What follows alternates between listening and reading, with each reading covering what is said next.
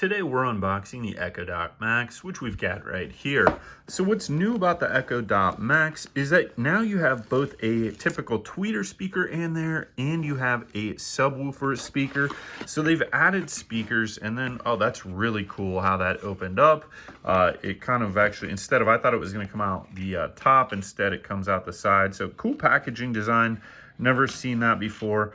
And then you've got your Echo Dot Max, which is going to sit just like this. What else do they have in there? They've got some manuals, and then it looks like we've got our little power adapter here down on the bottom.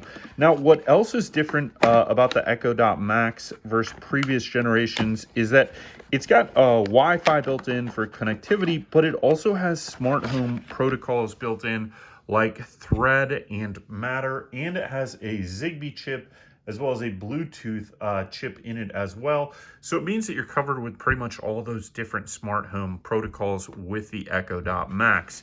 So it's got a cloth almost. Maybe you can see me move this. It's got like a cloth outer shell. You've got your power button here, or your mute button right here.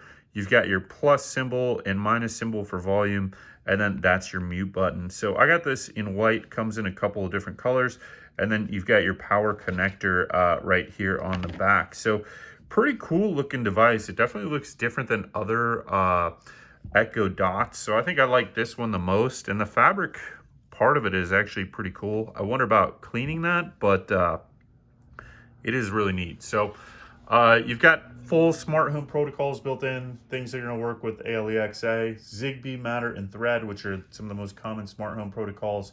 And then you also have Bluetooth and Wi-Fi built in this.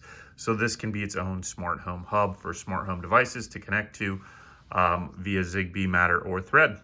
Thanks for watching this unboxing of the Echo Dot Max. Hope you enjoyed, and we'll see you next time.